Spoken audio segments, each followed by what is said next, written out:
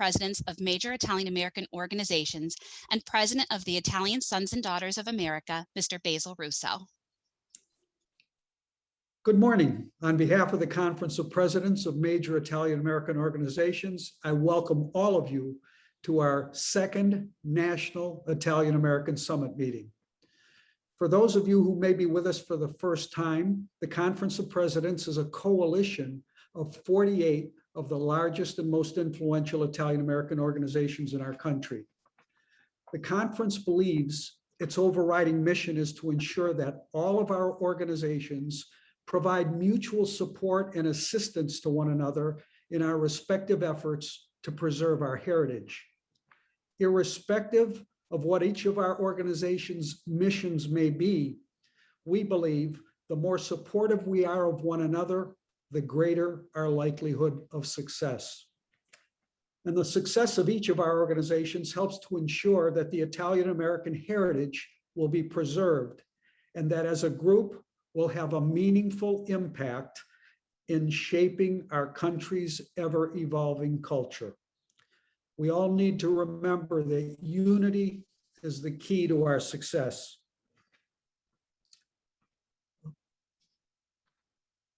When I was elected as president of the conference last October, I made a pledge that I would work to bring all Italian American organizations throughout the country together to create a real spirit of national unity. As a result, we scheduled the first National Italian American Summit meeting on February the 20th. Today's meeting marks the second major step in that effort. At our first meeting, we had an unbelievable 354 organizations participating. Hundreds of people volunteered to serve on national committees that were created to address significant issues. Today, we will be receiving updates from each of those committees on their progress. You know, as Italian Americans, we've finally come to understand that if we want to preserve our culture, if we want to preserve our heritage, and if we want to preserve our values, we need to join hands. We need to stand up together, and we need to speak with a loud, forceful, unified voice. In order to do that, we have to prepare an Italian American national agenda and be able to effectively articulate it. To gather the information that is needed to do that, our various committees are working hard to find answers to some very difficult questions. Some of the questions that will be addressed today are as follows. How can we do a better job of reconnecting with our younger generations? What can we do to expand the teaching of the Italian language in our country? How extensive is our community's role as charitable benefactors in America? Why are we the only group remaining in our country that the rest of society still feels comfortable denigrating? Why isn't Italian American history taught in our public schools? How can our museums and cultural institutions tell our story to the greatest number of people? And what can our community do to more effectively advocate our position with respect to the Columbus debate? Before we begin hearing from the respective committee chairpersons, I want to acknowledge a special guest we're honored to have with us today. As we know, currently there is no Italian ambassador sitting at the embassy in the US. Our former ambassador, Armando Varricchio, has been transferred, and his replacement, Marie Angela Zappia, does not assume her new position until July. But we do have with us today the highest ranking government official in the Italian embassy, Minister Maurizio Greganti, who will offer us greetings from the Republic of Italy. Minister, are you with us? Yes, I am. Hi, Basil. Hi, everybody. Would you like to say a few words to the members present today? Of course, it's my pleasure.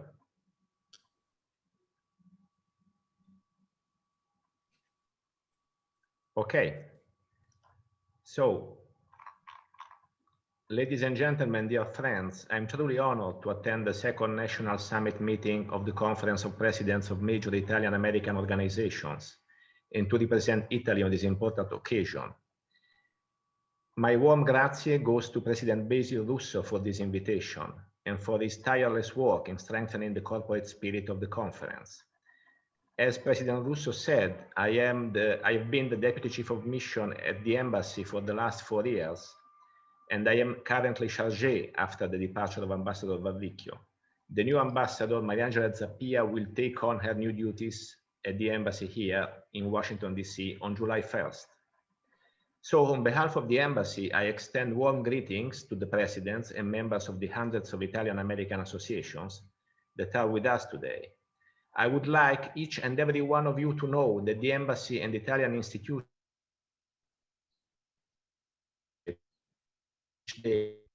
promote our bella lingua, culture and traditions in this exceptional country. Cari amici, bonds between Italy and the United States are deeply rooted in the past, in the hundreds of thousands of Italians who have reached these shores since the middle of the 19th century, and in our common belonging to the community of free nations. Italian Americans, through their perseverance, unwavering dedication, and work, have greatly contributed to the success of this country, and today they continue to provide invaluable support to the political, economic, cultural, and social life of the United States. We are proud of what you have done and what you are doing every day to promote and shape the relationship between the US and Italy. Our relations go back to the very birth of Italy as a unified nation, and this year marks an important date as we celebrate the 160th anniversary of the establishment of diplomatic relations between Italy and the United States. I would like to recall that on April 13th, on the very day we started diplomatic relations 160 years ago, our Minister of Foreign Affairs, Luigi Di Maio, visited Washington and met the Secretary of State, Tony Blinken. It was a special honor as he was the first foreign minister to pay a visit in presence since the start of the pandemic last year. 10 days ago, we celebrated an important milestone, the 75th anniversary of the foundation of the Italian Republic in 1946, after the tragedies of the Second World War. We recall the values which underpin the Italian Constitution and which are one and the same with those inscribed in the Constitution of the United States: democracy, human rights, equality, the rule of law, free market economy. And let's hope that this year we can celebrate also another liberation, the liberation from the pandemic, which has constrained our life so much. Since then, Italy has come a long way, and we can be proud of where Italy stands today in the community of nations. This year, we undertook special responsibilities as the chair of the G20, the group of the 20 most important economies in the world. Prime Minister Draghi will host a summit of the G20 leaders at the end of October in Rome. And that will be a very important moment and also an occasion to have President Biden visiting Italy. And as you know, there are a number of important meetings in these days in Europe: the G7 summit, the NATO summit, the EU-US summit. And at present, the summit of the G7 countries is ongoing in Cornwall in the UK. And as we speak, Prime Minister Draghi is going to meet President Biden for their first bilateral talk. Cari amici, the excellence of ties between our two countries and our two peoples would not be possible without the invaluable contribution and pivotal dedication of our Italian American community. To all of you, to all the Italian descendants, and to the American people, let me say simply but wholeheartedly, grazie. Thank you very much for your comments.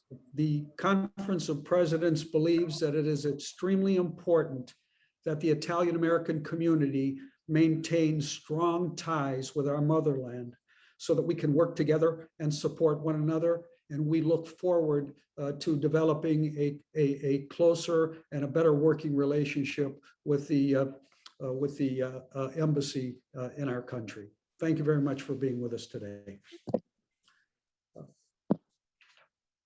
We will now receive an important update on two significant pieces of legislation that were introduced in the United States Congress yesterday.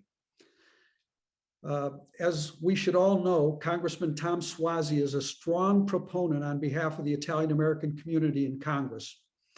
He proudly stands up and advocates on our behalf whenever it's necessary. Just yesterday, he introduced two important bills in the House of Representatives that address the shameful enemy alien designation imposed by our government on Italian Americans during World War II.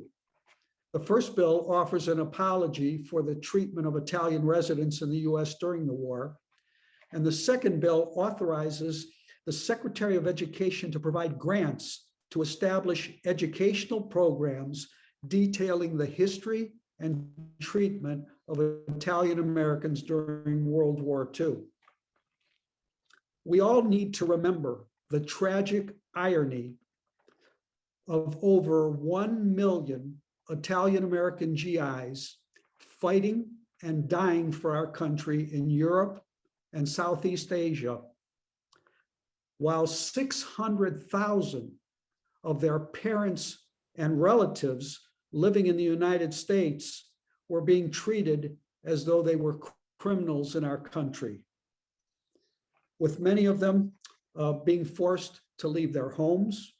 Many lost their jobs. Many had their property confiscated. They were subjected to curfew, and some were actually placed in internment camps. That situation has never been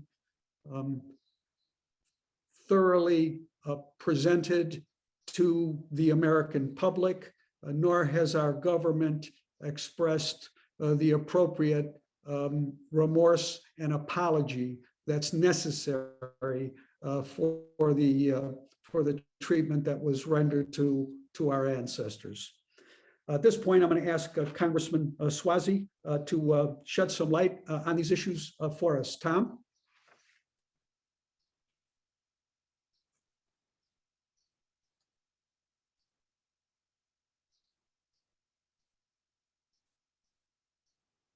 Is Tom with us, Congressman?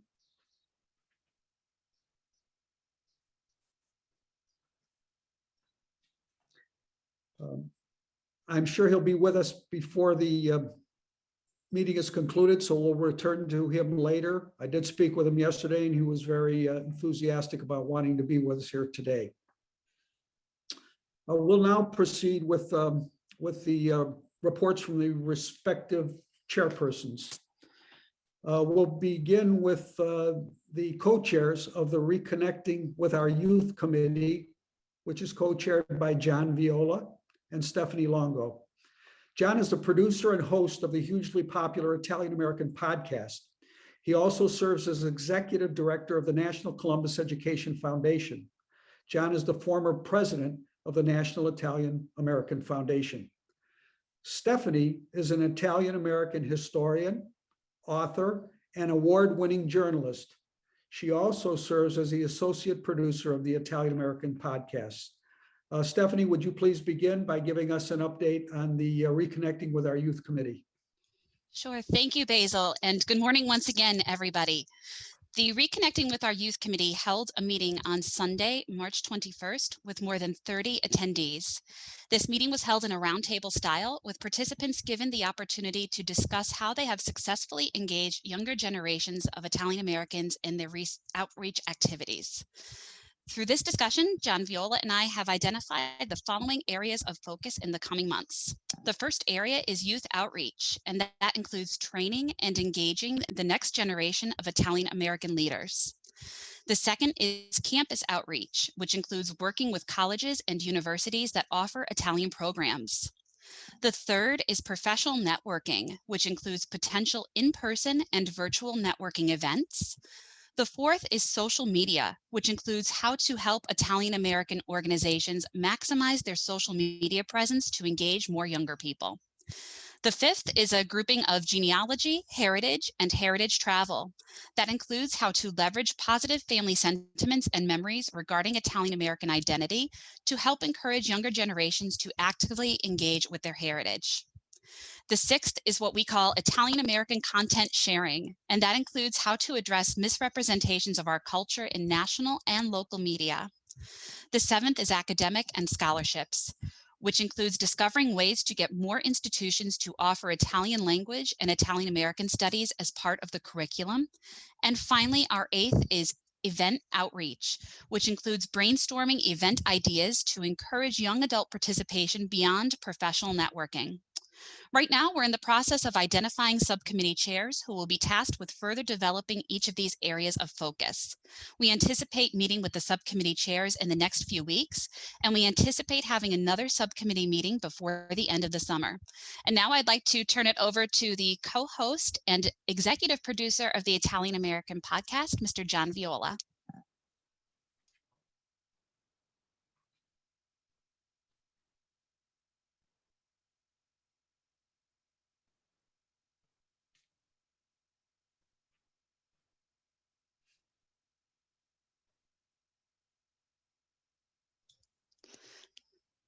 John is driving right now from Virginia, so he may be in a area where the phone is not cooperating. I'm going to. I just admitted him, Stephanie, so I know he's trying to get on. Yeah, you never know when you're driving through mountains what might happen, and I think that's what happened.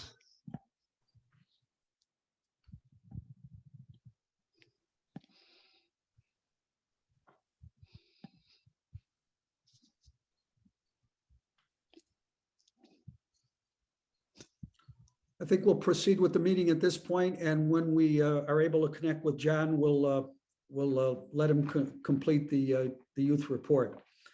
We'll next hear from the co-chairs of the Public Policy Committee, Aileen Riotto-Syri and Bill Cerruti.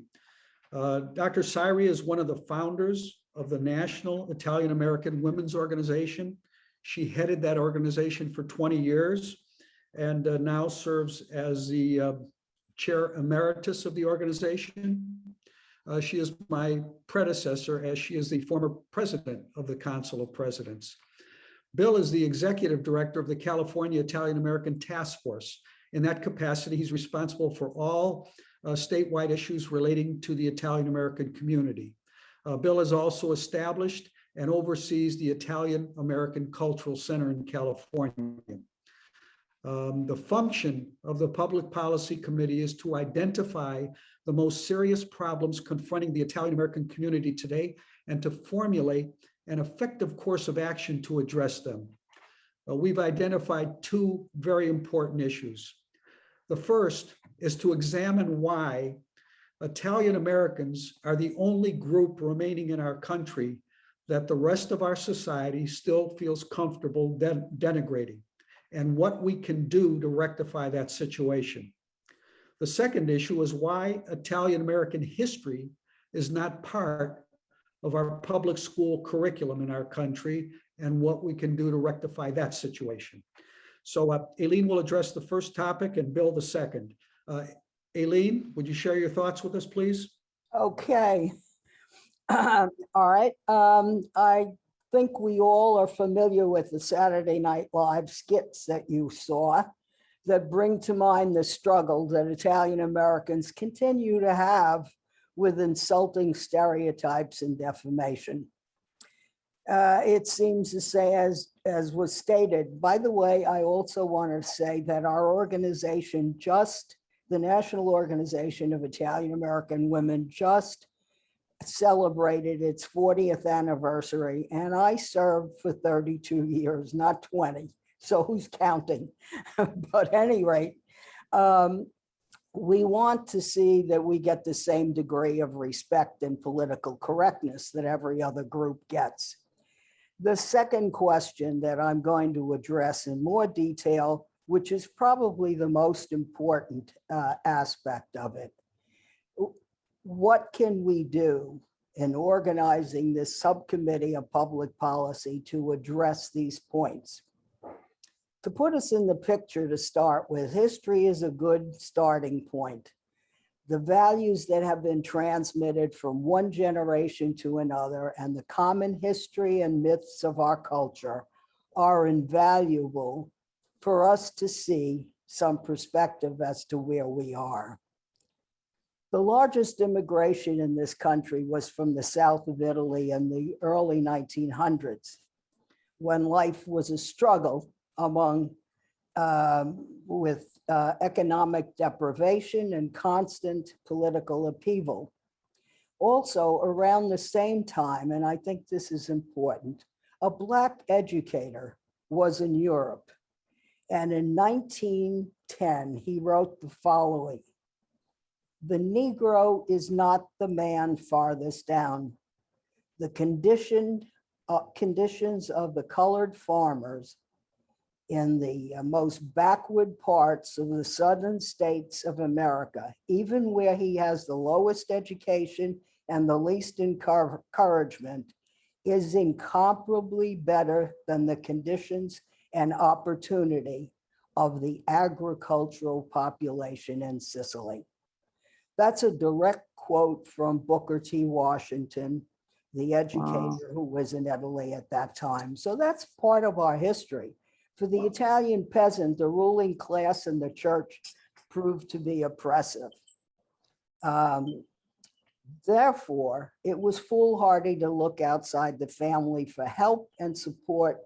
Instead, the peasant turned inward and the family unit became the hub of life and the support of all things. Is that still now how we think? When Italian culture tends to think of Italians as a homogeneous group, Italians never had a strong sense of a unified group, and the strongest alliance was, and perhaps still is, the family unit. Do we still struggle with the concept of being a unified group? Will the Conference of Presidents bring us together with greater unity? My experience with individuals working with individual Italian Americans in my practice, I have noted that many are particularly vulnerable to self-esteem.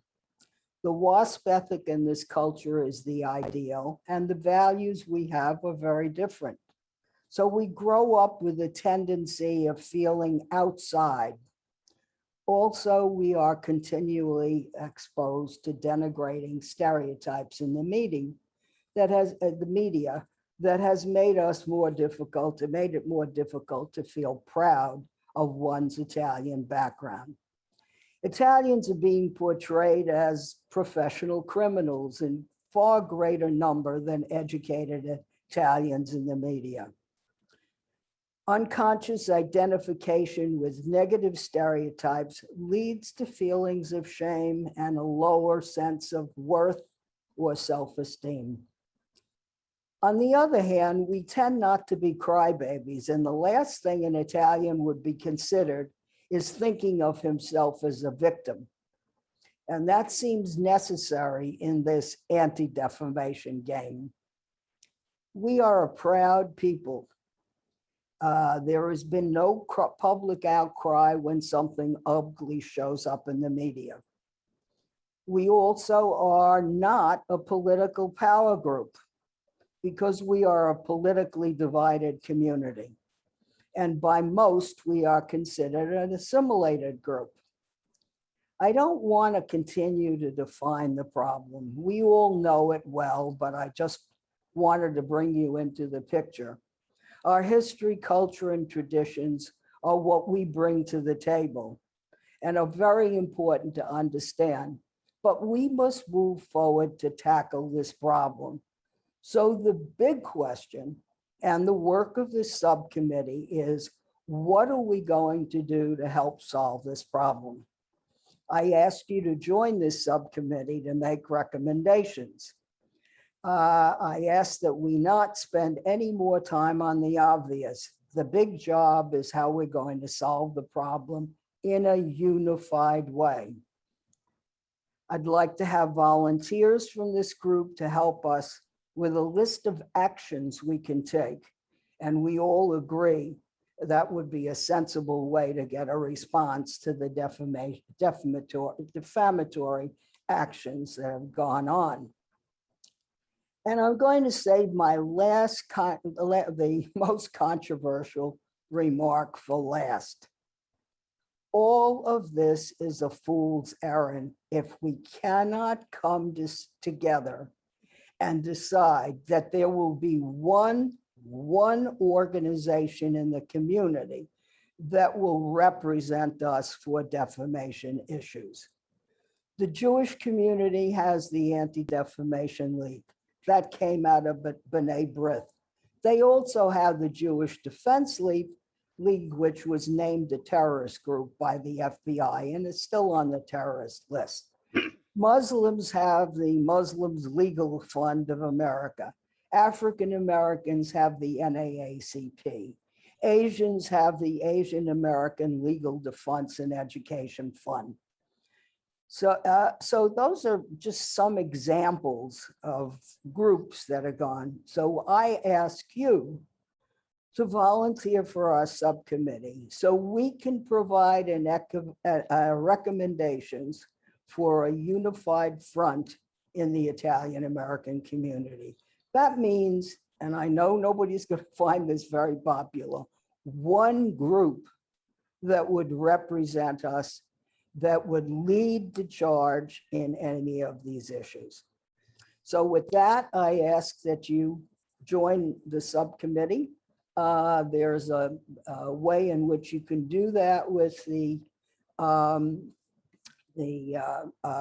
website, and maybe Basil, you'll tell us what that website is. So thank you very much. And those are the thoughts of our subcommittee. Thank you, Aileen. At this point, we'll ask Bill to address the second issue. Bill? Yes. Hello, thank you for inviting me to be part of this.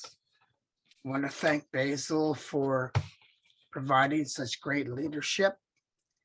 One thing we've lacked is brave leaders, and Basil is a brave leader. I have discussed some of these issues with people on the committee, and we've come up with our goal would be to develop an Italian American civil rights agenda. The public policy agenda for the Italian American community is a civil rights agenda. As a way of background, ethnicity is as important to our identity as is gender. That's what recent studies have shown. So it's very important for us. The largest group that went through Ellis Island was the Italian Americans. Of 14 million people, 1/3 were Italian Americans. We deserve to be in the history books, not just a footnote, but in the actual history of America.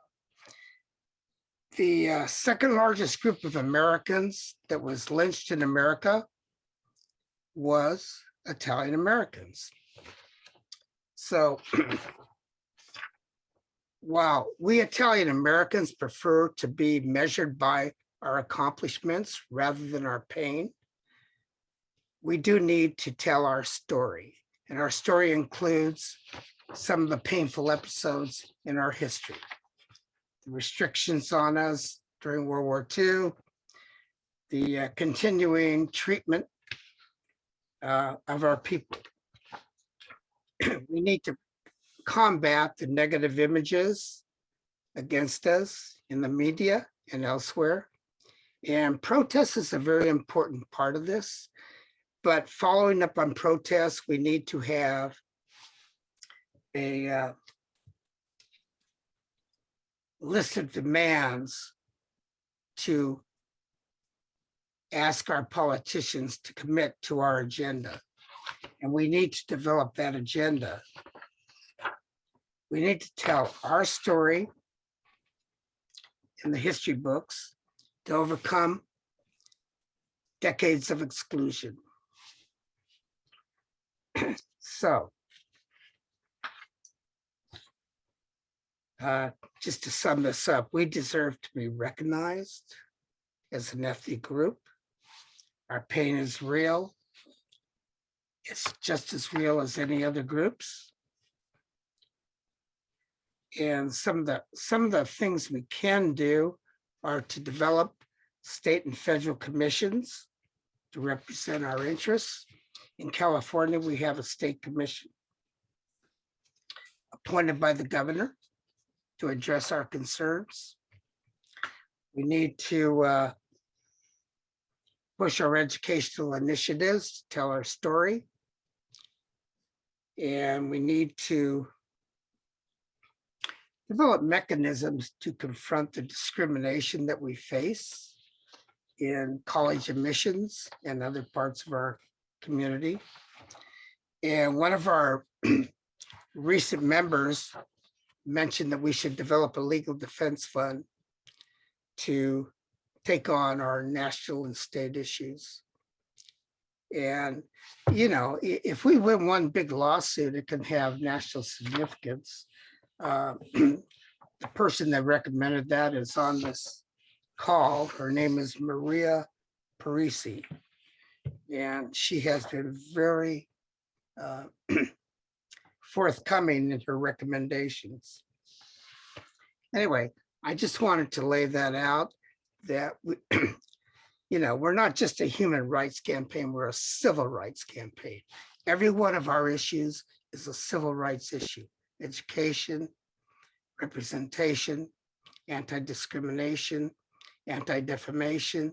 They're all our issues. And we do have mechanisms that we can develop to make a difference. So like Eileen, I encourage all of you to make your recommendations to the committee, and we will follow up with them. Okay. Thank you, Bill. Thank you, Joe. Is John back on the call? John Viola? Yes, yes. Yes, I'm here. Can you hear me? Yes, we can, John. Okay, my apologies, everybody. A word to all of my fellow Italian Americans who may find themselves in Aiken, South Carolina. You need at least 2 hours notice to get a taxi to the airport. Otherwise, you will not be able to catch your flight. So Pat and I are driving all the way up to New York. Pat sends his regards. To fill everybody in briefly, one of the decisions that we made at the youth committee was the idea that we wanted to make sure to not only be discussing the issues at hand, but also solutions that could address the problem. And we wanted to leave with some action points. So subsequent to our initial conference call, myself, Stephanie, Caruso, and some others decided that it would be most efficient in terms of timing, came up with some immediate action points ourselves, programs we can work through in order to try to address the problem, lead from the front. So two of the programs that we decided to develop are first and foremost an outreach program. John, you're breaking up a little. I apologize, everyone.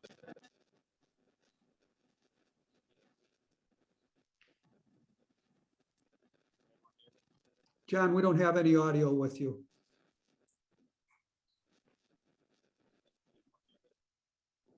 Okay. Thank you. We're perhaps later in the meeting, if you're in a different location, we'll be able to communicate. Before I proceed to the next committee report, I see that the congressman is now with us. So I will call on Congressman Tom Suozzi to give us an update on the important legislation that he introduced yesterday in the U.S. Congress. Tom, Hey, Basil, thanks so much. You know, one of the previous speakers, Will, said we don't have enough brave leaders among the Italian Americans. We got a lot of brave leaders. I see a lot of them on this call. problem is we're not organized. And that's what's so great about what you're doing is you're pulling us all together so we're unified. And that's what we need to do. We need to fight back to the attacks that are happening against Italian Americans, especially this Columbus stuff. And it requires people to be organized and educated. One of the things that I'm working on is to try and highlight the way Italian Americans were treated during World War II. This is very personal for me. When my father passed away, he was a navigator on a B-24. I've spoken about it before. He was born in Italy. I'm one of the only 2 first-generation Italian Americans in Congress. But I looked in his yearbook that I'd seen before from when he was 18 years old and he graduated from high school. He said, "What's your goal in life?" The other people said, "I want to be a lawyer. I want to be a doctor. I want to be this." He said, "My goal is to be a real American." And I didn't realize what that was until I studied about how much he was discriminated against, and all Italian Americans were discriminated against in the lead up to and throughout World War II.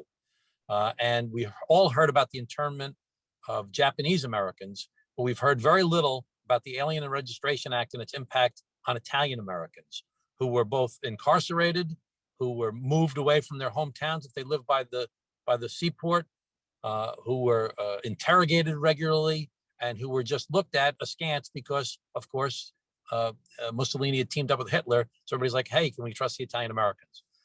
Between that discrimination and discrimination based upon the mafia, we were treated awfully during that time period in our country. Now, of course, we're coming back. We're much stronger now, but we need to educate people about that history of Italian Americans. So I found a piece of legislation that Zoe Lofgren from California had introduced in the past. She really had no co-sponsors for it. She and I reintroduced legislation yesterday that, number one, calls for an apology from the United States Congress and America to the Italian American community for their treatment during World War II. And number two, a second piece of legislation to create grants that would be given to schools to educate young people about the discrimination of Italian Americans throughout our history, especially during World War II, but throughout. So this is just about hard work. We got to get more co-sponsors. We got to get all of our Italian American members of Congress on this. We need to start fighting back and start showing people how we were treated. Now, there was a piece of legislation in 2000 to do a comprehensive study of what happened in World War II, the War Times Violation of Italian American Civil Liberties Act. There's a study that I read. It's really detailed as to which families were arrested, which people were arrested, where people were relocated, what communities were they worried about. It's a great report. There was just no follow-up on that once it was done. So we're going to follow up and keep on educating people about this by trying to pass this legislation. So thanks for including me here today. I have to run to another event. I apologize, I can't stay on, but you're doing a great job, all of you. Unity, strength and unity. We will fortes in unitate. That's actually Latin, but keep on moving forward and we'll get this done. Sempre avanti. Thank you so much, everybody. Thank you, Tom. You've been a real champion for our community, and we appreciate your support. Thank you, Judge. We'll next hear some important information about how many young people in our country are studying the Italian language and what we can do to establish more Italian language programs throughout the country. The Italian Language Committee is chaired by Berardo Paradiso. Berardo is the president of the Italian American Committee on Education. In that capacity, he oversees the largest Italian American language studies program in the United States. A highly successful businessman, Berardo is also the past president of the Italy America Chamber of Commerce. Berardo, tell us what's being done to teach Italian in our country and what more can be done. Thank you very much, Basil, and buongiorno to everybody. Good morning. The Italian Language Committee has made some substantial progress in the past months. As you know, a strategic plan to promote the Italian language and culture in the USA was written and submitted to the president. So whoever wants to have a copy, he can ask and he can have that copy. Part of the plan was to prepare a promotional material to distribute among the Italian American associations in area which with a large percent of the Italian descendant. The brochure was submitted to Basil, to the president, And the brochure is in 4 colors with the 6 foldable pages made with the quality paper. Unfortunately, there is some cost involved to print the brochure. So to print 50,000 copies, it costs $6,500. To print 25,000 copies, it costs $3,500. If the Conference of Presidents pay for the printing, I, as Bill said, that I'm a businessman, I have a warehouse and I have a facility to ship. So I can very much assume all the costs related to the shipping the brochure to the different associations. Now, why we need so many brochures? Because I estimated, and my estimation is based in real studies, that the number of students learning Italian right now in the USA is about 150,000. 90,000 from them, they come from what we call K1, K12, is first grade to 12th grade, and 60,000 approximately at the university level. There are 2 completely ways to promote the language at the university level and from K1, K12. So I think that our effort and our brochure is very much concentrated for the moment in promoting Italian from first grade to 12th grade. Fortunately, in the USA, 26 states require 3 years of study of a foreign language to graduate from high school. So in this 26 states, approximately 12 million students between public school and Catholic schools are studying a foreign language. Our task as Italian Americans and associations is to convince principals, parents, and superintendents that Italian language is useful and wonderful. All these reasons to choose Italian over another foreign language are illustrated in the brochure. That's the reason it's very important to have this material in the hands of the whole associations. I am convinced we can improve dramatically the number of students taking Italian from K1 to K12. We did it, and they know it can be done because we did in the tri-state area. As Basil said before, over 90,000 students from grade 1 to grade 12 that are studying Italian in the USA, 70,000 of them are located in the tri-state area under the patronage of IACE, and we work in association with the Italian consulate and with the Italian embassy in Washington. I know how to do it. I think if we enlarge the subcommittee with people they are willing to work, I can provide them all the information, and in less than a year, I think we can improve dramatically our Italian language in USA. Thank you very much. Thank you, Berardo. Berardo has prepared an excellent brochure, and we will certainly find the resources that are necessary to get it printed so that it can be distributed. We'll next hear from our Museum and Cultural Institution Committee that's chaired by Dr. Joe Schelsel. Joe is the founder and president of the Italian American Museum in Manhattan. He's the former director of the Italian American Institute at City University of New York.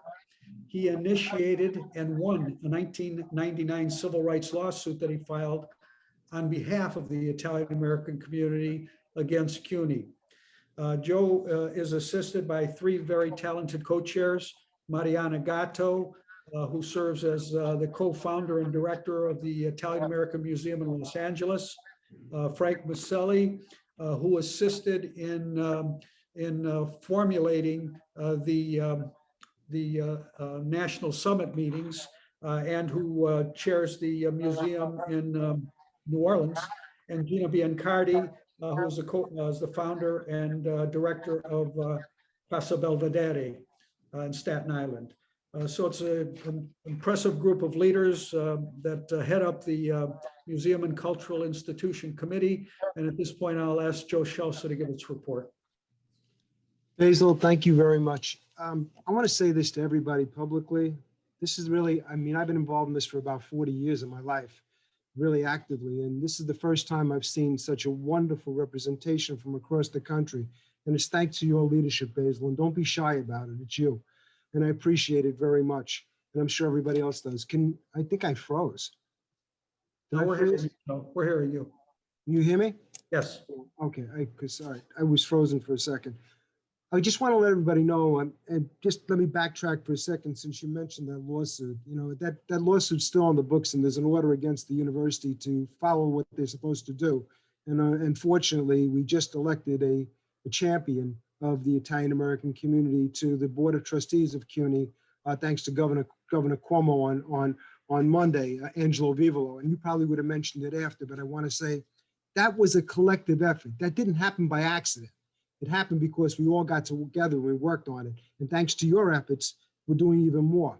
We do have a National Italian American Legal Defense Fund, for those of you who want to know about it.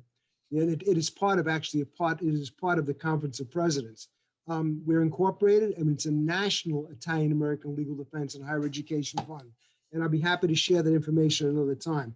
But let me talk about the Museum and Cultural Institutes Committee, because I know my time is limited, and I'm blessed having great co-chairs. As you mentioned, Mariana Gatto from LA, Frank Maselli from New Orleans, and Gina Balancardi from Staten Island. We've had 2 meetings, one on April 13th and one on May 22nd. We've had over 200 people who have been interested, whether they belong to an institution or individuals that would like to learn more and be part of this committee. For my mind, I like the idea of the institutes and museums, and I'll tell you why. We've had a lot of trouble over the years with getting our curriculum and our initiatives into Frank, I'm on the phone. Initiative and cultural initiatives. Do you want Frank's calling? Frank, do you want to speak also? No, I don't want to speak. Okay.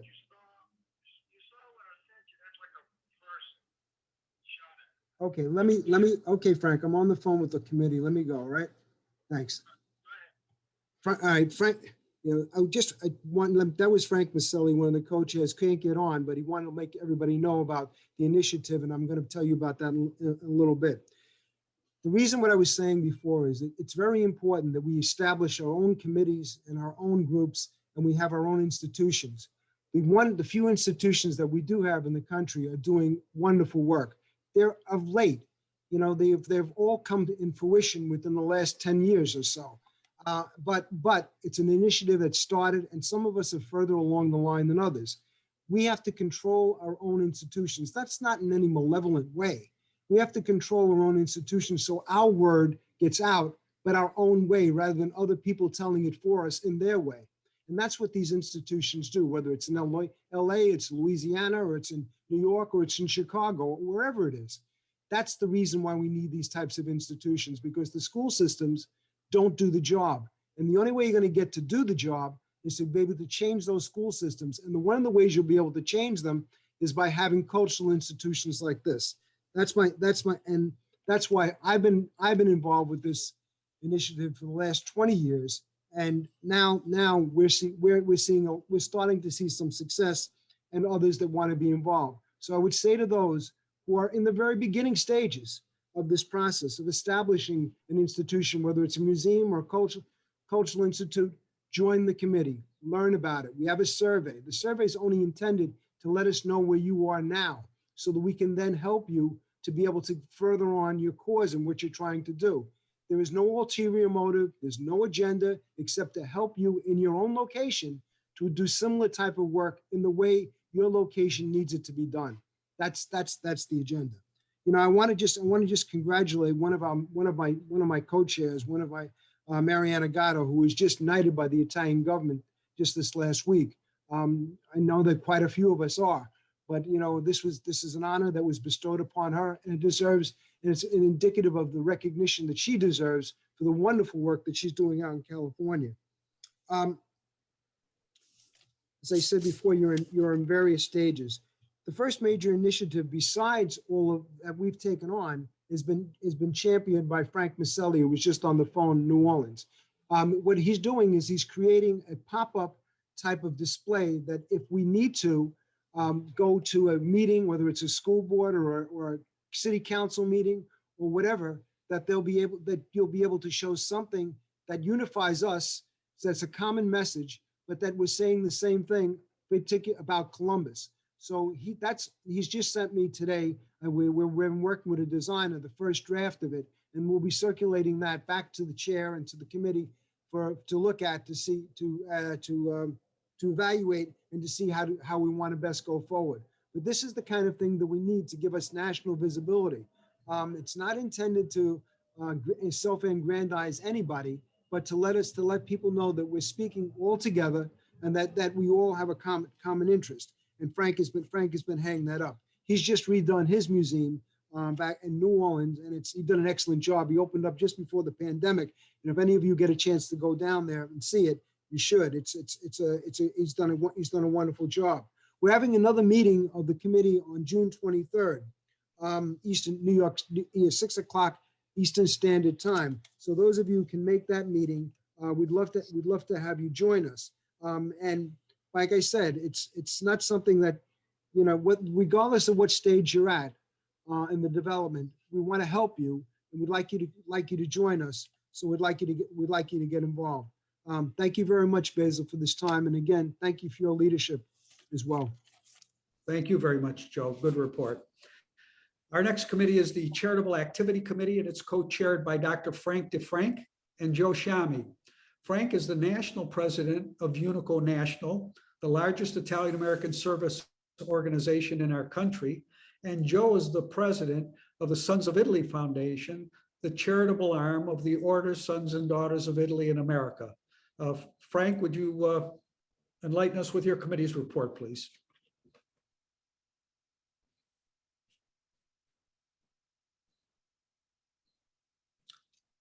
Frank, if you're with us, you're muted. Right there. I got it. Thank you. Thank you, Basil. And thank you for all you do to get this group together. And ciao a tutti, everybody. As everyone knows, in this day and age, data is power. Data is strength. And with this in mind, the Charitable Activity Working Group has composed a fairly comprehensive yet fairly simple questionnaire that will be sent out in a week or so with very specific instructions. We decided to hold off sending it out because of all the back and forth emails of the recent meetings. The purpose, really, we want to document how generous the Italian-American community has been and is in the United States in the form of charitable contributions, scholarships, etc. And again, the form is self-explanatory. The information we gather from this will be used for basically two purposes. One is for marketing our brand, if you call it. And also, hopefully in the future, we will be able to coordinate and cooperate different organizations and their charitable activities, again, in the form of unity. Now, we assure you that the data is not going to be used for comparison or competition among the organizations. The data will only be used as an aggregate for the Italian-American community. So don't be fearful to put the truth down on these forms.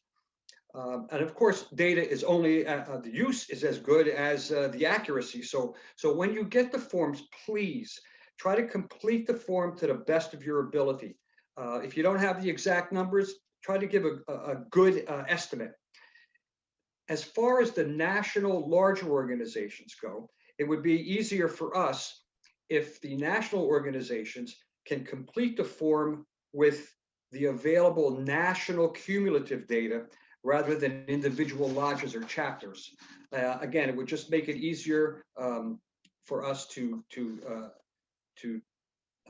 assimilate the information. Joe Shiami is also on this. I'm going to let him say a few words. But as always, we appreciate the Italian American communities and every organization's attention, interest, and cooperation in this project. And certainly we will keep everyone informed once we get the aggregate information.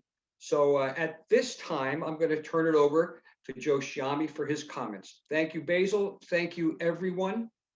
Joe, it's all yours. Morning, buongiorno, and greetings from the east end of Long Island. As you can see, I'm hoping for that photo in the back to get more sun here. There are lighter things in our life. Sometimes we get very serious, and of course we are about serious business. I would echo what all the speakers have said so far about our need for unity, and the need for unity is best espoused with data. We've learned that when we see what other communities have done ethnically and racially, they boast of what they do, but we know that we've been there for many years. So now what we're trying to do through this instrument is to try and assess not only what major organizations are doing, but trickling it down to every single level to find out what's going on at state levels, what's going on in communities. And I think we're going to come up with an incredible figure of our level of generosity, not only in scholarship support, but also in charitable support in assisting major diseases and disorders in the country that we're all responding to. So this will be a very first time effort in that regard. Basil, would you like me to continue on with the Bellini Fellowship report now? If you could do so very briefly, Joe. Okay. All right. So as some of you know, the Conference of Presidents on its 40th anniversary back in 2006, we created a scholarship, a fellowship actually, for a student studying and pursuing the PhD degree.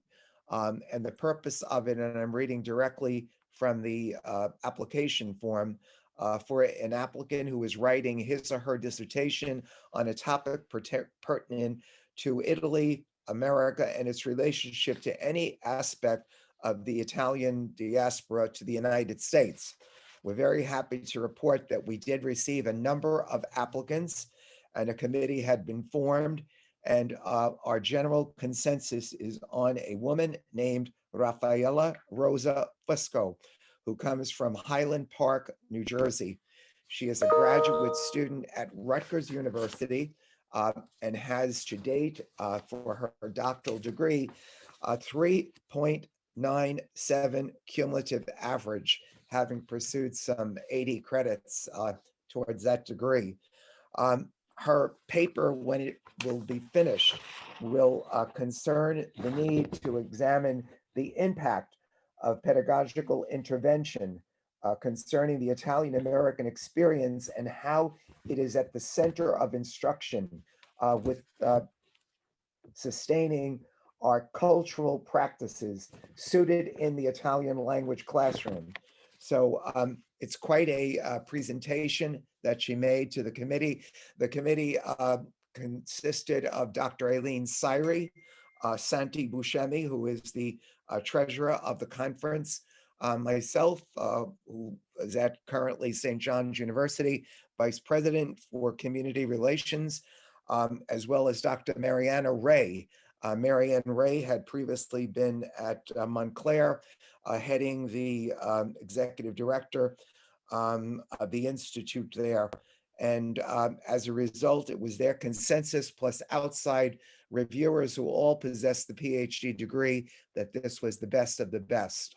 The award carries an award of $5,000, which will be then sent from the Conference of Presidents. So that is my report to all of you. And I think we have a proud moment. Of course, there'll be a news release prepared, and perhaps, Basil, for the next summit, we could have the individual address us for a few moments.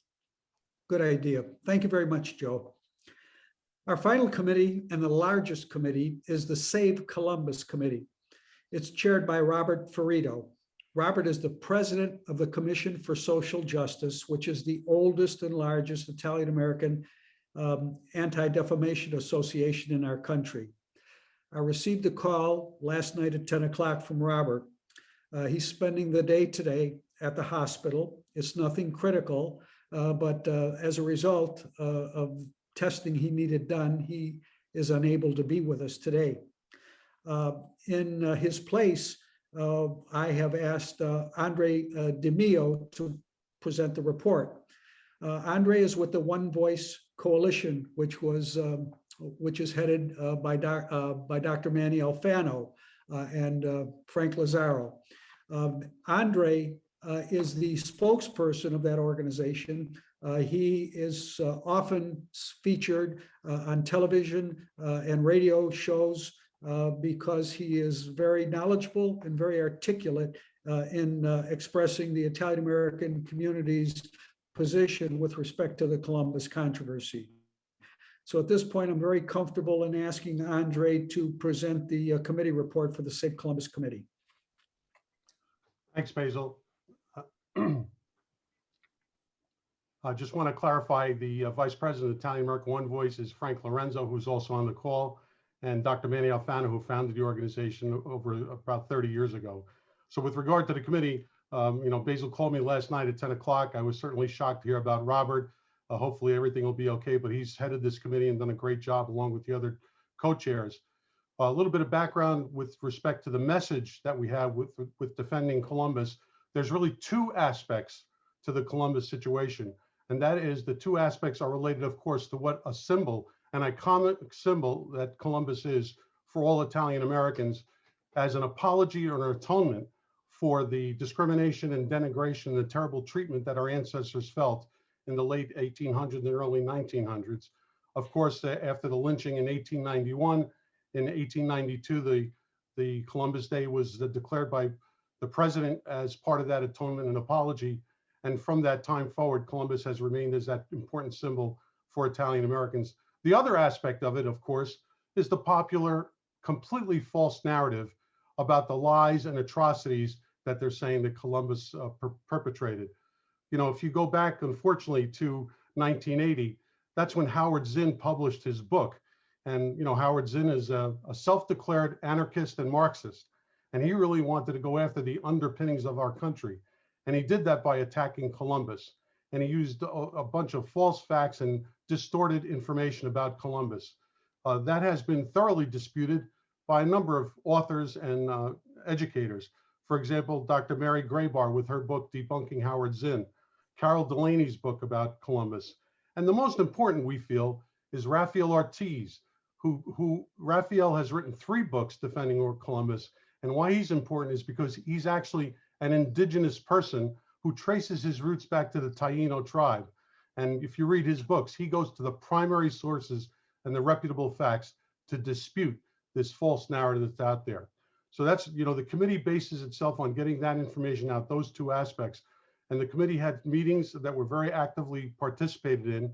And based on that, it was determined that a standard operating procedure was going to be prepared and is now being ready to be sent out to everyone when it comes to defending Columbus Day and Columbus statues and monuments in your local area. And again, that's to be able to approach these problems with a unified effort and with the proper information to counteract that. There's been a very strong connection now between the CSJ and the Italian American One Voice Coalition because of both of our specific efforts at defending against defamation and denigration of Italian Americans. And the root now, of course, with the widespread attack on Columbus and Columbus Day and Columbus monuments, is we have to fight these battles in each and every place that it's occurring. We can't give in. Yes, there's been places that we've lost where Columbus Day has been changed to Indigenous Peoples Day, but there's also the victories that we've had, and we've had a number of them, and we must continue on that. You've got places like, for example, Westford, Massachusetts, Cincinnati, Ohio, who've preserved Columbus Day. Recently here in Glen Rock, New Jersey, we were able to preserve Columbus Day. And actually just this past Thursday at the Randolph School Board, which decided to eliminate Columbus Day, we were participated in with a number of Italian American organizations that supported the local residents in fighting the school board. But unbelievably, we prevailed, but we prevailed by the school board eliminating all holiday names. So it was really a disgraceful act and just an unbelievable rejection of all these things now made everyone upset with them. So now, with respect to some formal things that are going on, it was mentioned before about lawsuits. And if you have not heard, back in September, the Italian American One Voice Coalition did file a lawsuit which used the first use of the Italian American civil rights according to the 14th Amendment Equal Protection Clause against West Orange, New Jersey, for removing the monument. And then most recently, the lawsuit in Philadelphia that was done by the Conference of Presidents and the people in Philadelphia, specifically regarding Columbus Day, using, again, Italian American civil rights. So these are two major lawsuits that are now underway, specifically about Italian American civil rights and the importance that Columbus Day and Columbus monuments are to our community. As we go forward, I want to say that, you know, we have to continue the fight in every place that we can. And we've heard a lot of people talk about unity today, and that's something that's very important. We look forward for everybody to join together in all the locations where Columbus and Columbus monuments and Columbus Day is under attack. And let's do our best to fight it on all fronts, because although we may have lost a few battles and we've won a few battles, we can't lose the war. So if you're new on this call, I welcome you to go to ItalianAmericaOnline.com. If you're an organization, click on the organization link.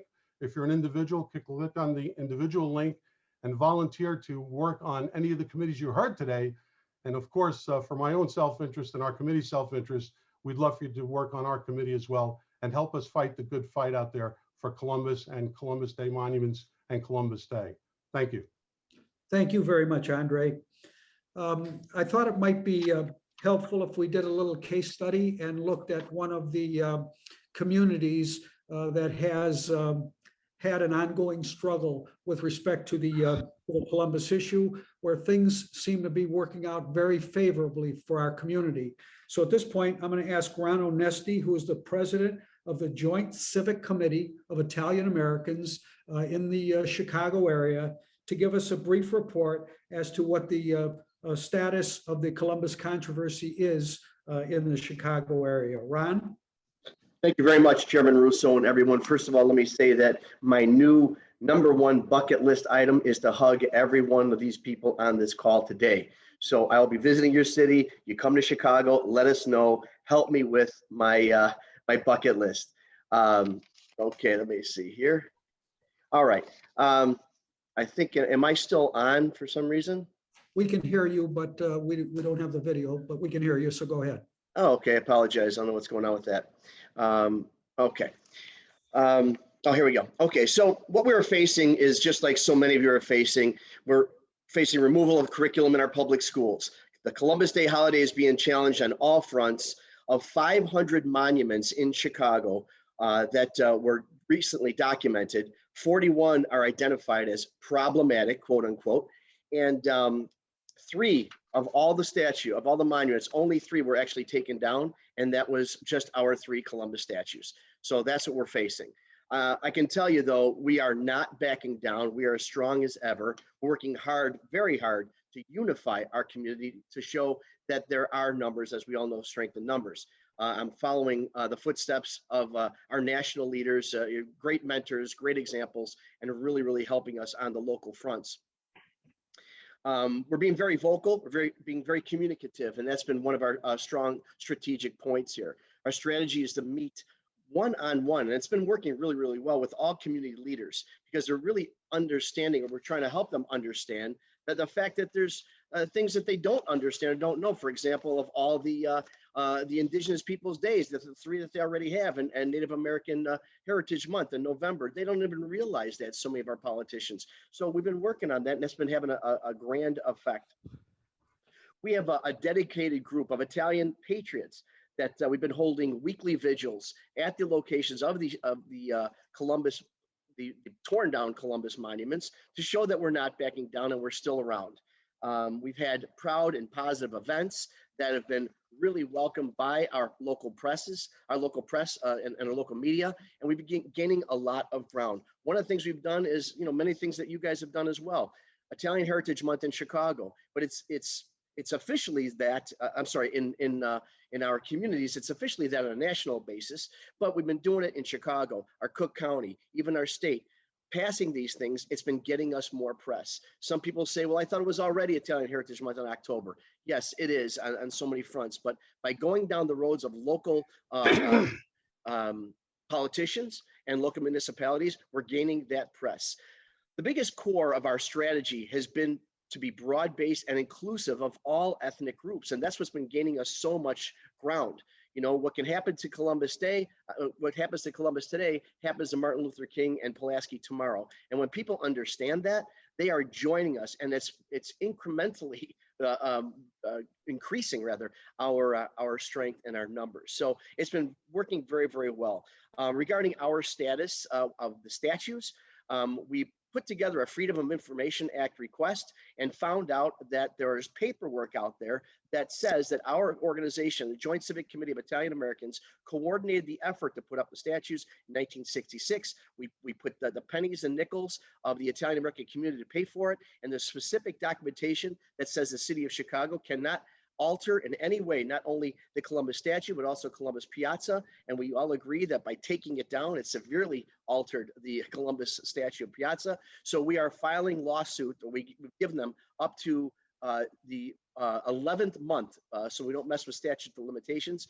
June 24th, we will be filing suit if we have not received anything that is in a positive way with regards to a plan, how we're getting our statues back.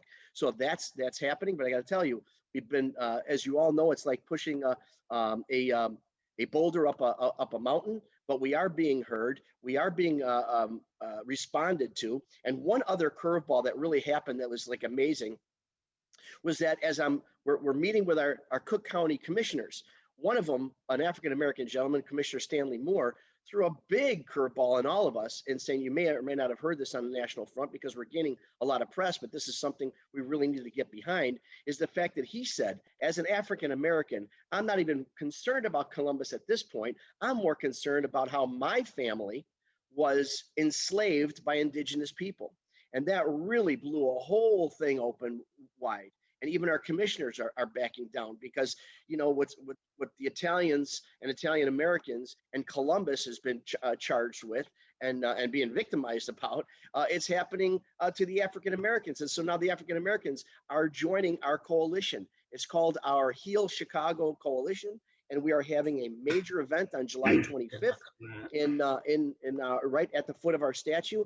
It's our Italian Unity Day, and we're putting buses together. This is the one day, it should be every day, but the one day we are putting everybody together, all ethnic groups, to stand behind our mission of being respected as an independent, as an ethnic organization and an ethnic society. So once again, I thank you all so much. We're working very hard in Chicago. We are not backing down. We're being vocal. We're being communicative. We're being proud. We're being positive. So I look forward to hugging each and every one of you, either in your city or in Chicago. But thank you all so much. You're all tremendous leaders and tremendous role models.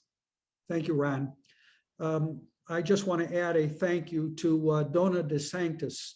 We had requested that Donna prepare a brochure for us on the Columbus controversy. She did an exceptional job.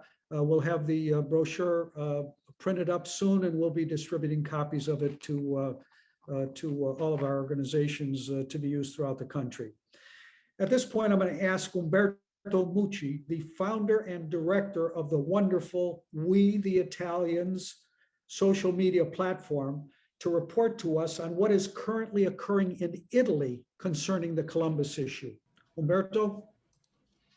Thanks, Basil. First of all, please note that I want Ron to come to Rome and hug me too, because otherwise I'll feel diminished. So let me say thank you very much to all of you and to all the wonderful leaders that spoke before me and that will speak after me. Let me explain what's happening in the Italian Parliament. Thanks to Fucsia Nisoli Fitzgerald, one of the 3 members of the Italian Parliament elected in North America, there is a motion in the Italian House of Representatives in favor of Christopher Columbus, which would commit the Italian government in his defense.